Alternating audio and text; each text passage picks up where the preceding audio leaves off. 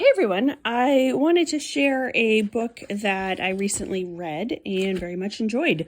This book is called Amal Unbound. It was written by Aisha Saeed and it was published in 2018. This is a children's book. It is recommended for ages 10 to 14. I'm an adult reader and I thought this was a fantastic book. And the cover art is just stunning. It is one of the prettiest cover arts I have seen in a long, long time. So this is a story of a girl named Amal, hence the title. And Amal is 11 years old. She lives in Pakistan with her family. And her family seems pretty well off. The children, or at least Amal and her older sister, Amal is the oldest. She and the next oldest sister are able to go to school, and she dreams of being a teacher one day. Amal can read and write and do math, which many people in her small village cannot do. So she gives birth to another baby, and it is a daughter. It is the fifth daughter, and mom is upset about this. And the book doesn't say so, but mom is really struggling with postpartum depression.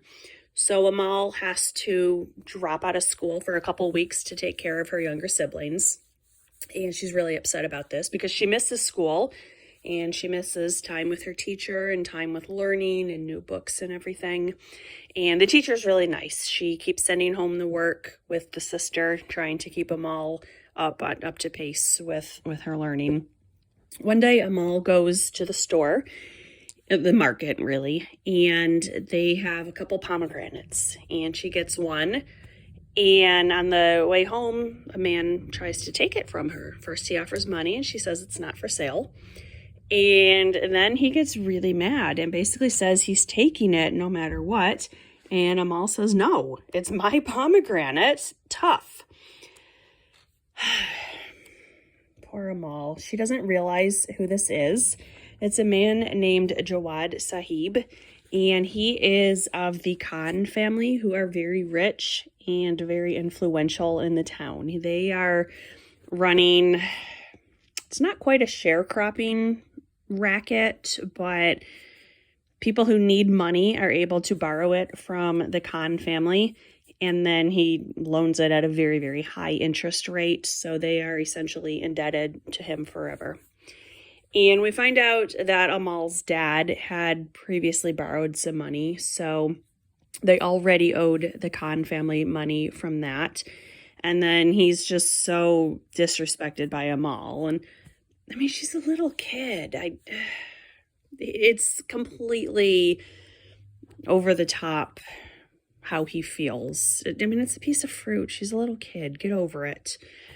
But the agreement is that she'll go to his house, basically. It's a palace. And she will be an indentured servant until dad's money is paid off.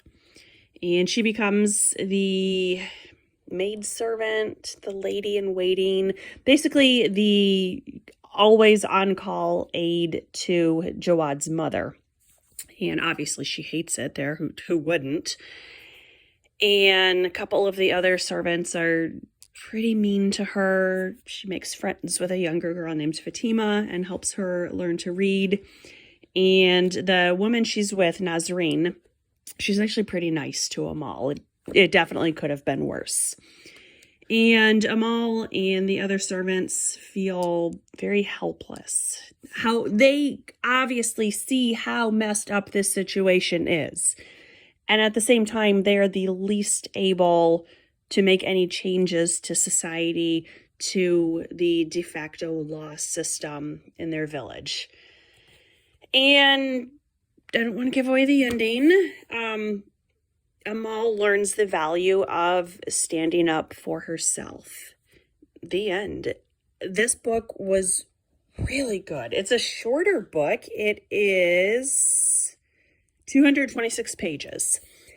Pretty easy reading level. I say that as an adult. If I was in fourth grade, it would be a completely appropriate reading level.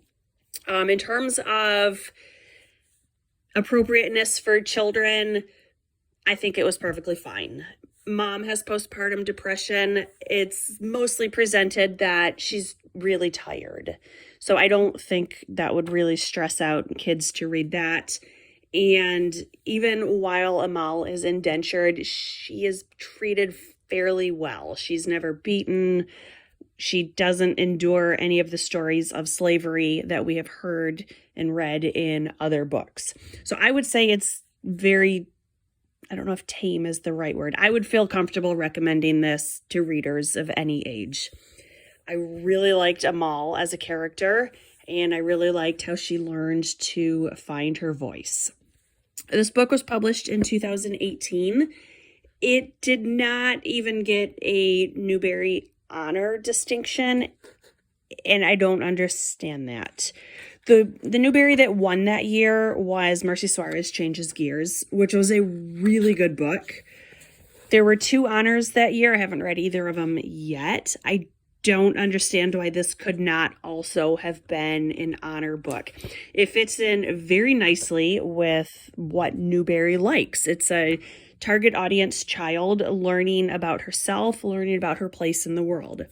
They also seem to like selecting books that take place in different geographic locations. We have not had any Newbery winners that take place in Pakistan. If there were any honors that did, I haven't gotten to them yet. So I think the Newbery Committee definitely missed an opportunity with this book. I think this book is really, really good. And I do wish that it had the Newbery seal, because a lot of readers will pick books specifically because they have the award distinction. Granted, those might be adult readers, but that's okay. This book was really good. I wish it had more publicity. I had never heard of it prior to this summer.